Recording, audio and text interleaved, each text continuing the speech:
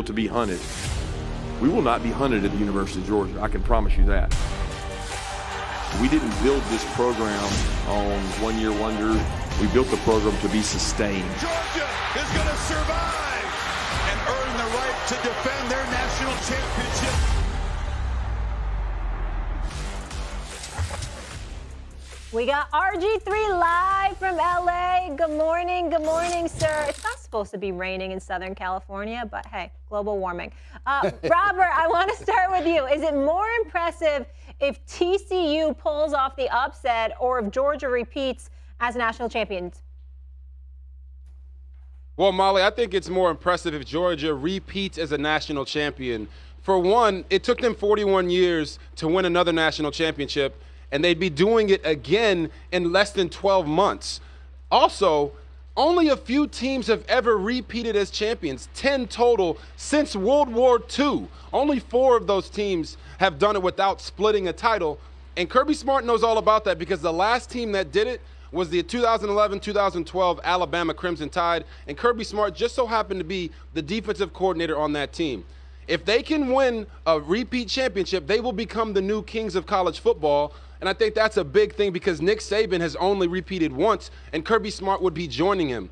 Also, we have to realize that Georgia has so much to overcome. They have to overcome the team of destiny that TCU is. Sonny Dykes comes in with his hot hand, touches the fiery red hair of Max Duggan, and the house of Duggan has invigorated all of college football. Some would say hypnotized them.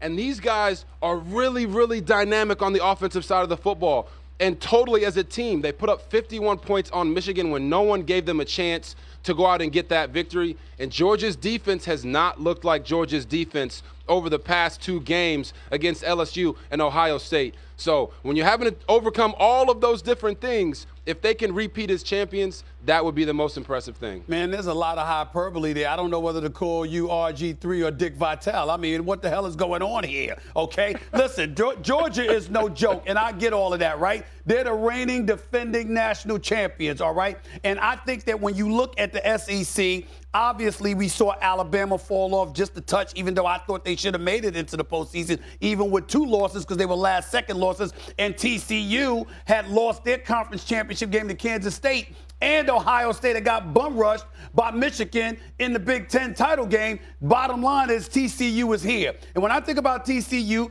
I looked at their strength of schedule. I held that against them. They lost to K-State. I held that against them. And then they go into the National Football League playoffs. I thought Michigan would bum rush them. And instead, they reversed it. DeMarcado runs for 150 yards. This kid Johnston is no joke.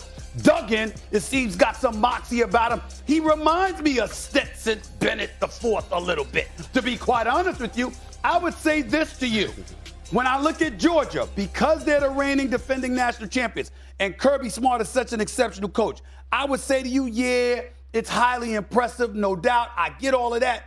But if TCU pulls this off, it'll shock the world. It'll shock the world. And I think the reverberating effect it would have on college football. We'll never look at the college football landscape the same again. If TCU comes in and knocks cats off, with the advent of additional playoff teams coming down the pike in the next couple of years where you'll have a 12-team playoff, we'll look at this picture entirely differently if TCU ends up pulling this off, man. That's how I'm looking at it. I think TCU winning is a better story. Yeah, Stephen A., I would say everything that you just mentioned is exactly why to TCU it wouldn't be a shocker for them. You talk about Max Duggan.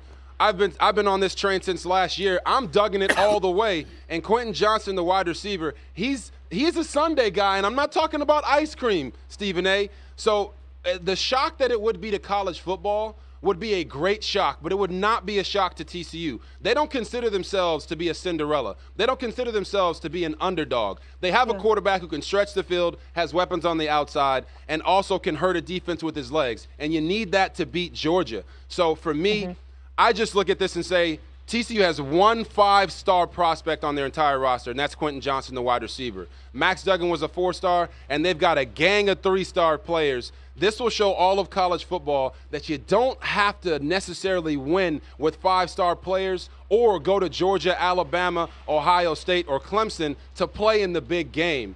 TCU will have pretty much the entire nation on their side outside of Georgia fans. And I think you're kind of trying to make up for doubting them against Michigan, Stephen A. They proved you wrong, and I think this time they'll prove both of us right because I am picking TCU to win. Wow, both of you taking TCU. 12.5-point underdogs. Shock the world. I can't deal with James Dunn. I can't deal with him anymore. Right. I can't deal with the Georgia law. I just can't. I can't take it. And I love Kirby Smart. I can't take it. All right. Robert, we'll talk to you tomorrow. Enjoy the game. All right, bro.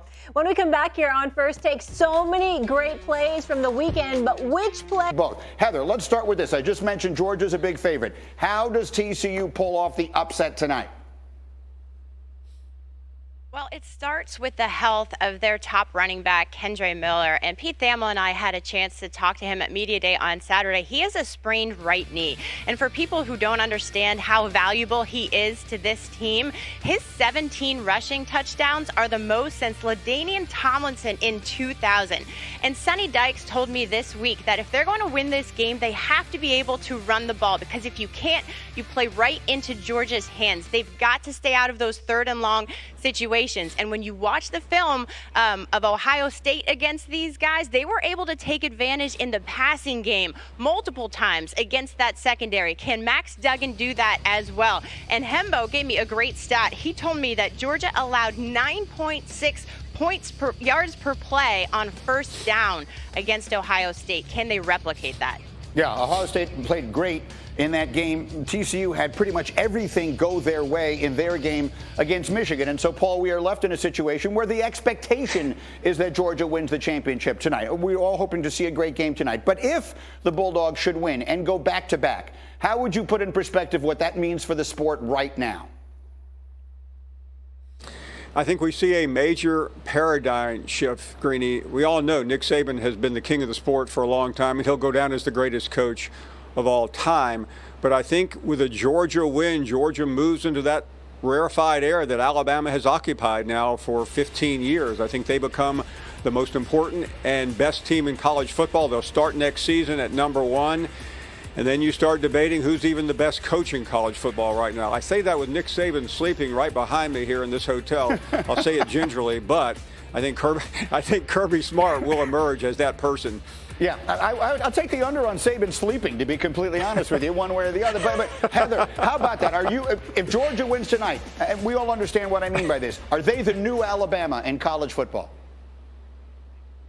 I'm going to pump the brakes on that, Greeny, because that takes a long time. Let me give you a note here. Okay, this is fascinating to me, and it puts it into perspective. Nick Saban's recruiting classes since 2007, every single recruiting class has won at least one national title. That takes time. He has won 6 national titles in 12 seasons. No one else has done that. So yes, back-to-back national titles cannot be diminished. It's a quantum leap in closing that gap. But I would not say that they are right. That they surpass Nick Saban. I just can't do that. They might not even be in this thing right, fair enough. next year. So let's just hang on a minute. Okay, and let me get the other story, Paul, if I can, from you. What would a TCU upset mean tonight? I think would be the greatest story in college football history, Greeny. I mean, we're talking about a team that was unranked, a team that, while they play in a Power 5 conference, was not expected to do anything. They fired a legendary coach last year who has a statue of him outside their stadium. They brought in a coach who had a good reputation, the son of a former coach, but no one expected this. They were the number 7 team picked to win their division, and 12, 15 hours from now, they could be the national champion. That has never happened. Nothing like that in the history of college football. I think that's right. It is a sport that is not designed for something like this to happen. It would be the most surprising championship, certainly, in the recent history of college football. Heather and Paul, thank you guys both so much for getting up early here. We look forward to your coverage all day long. That game is tonight. Meanwhile, we continue looking back on yesterday's action where the D and Big D stood for disaster. What the actual heck was going on with Dallas, and what did it mean? Are they about to be... Jules on Jay? How are you? I don't know if he's giving me the old man look, the squint. I'm trying to understand what the hell you're wearing. It's just a little hat. Just, I just want to give you an opportunity to apologize to all the Dolphins fans out there. Apologize for what? Because Friday you were like, oh, I thought they clinched 2 months ago. I did. Oh, all the trash talking. They was rolling 2 months ago. No, and I thought they clinched. No, don't try to when I clean went it up. on break, I thought it was done. Yeah, and it got done yesterday. It got done. Oh, well, I'm glad that they finished up at number 7 seed going to Buffalo. That's good for them. Hey, look. They got in. Nobody's saying the Dolphins going to win a Super Bowl.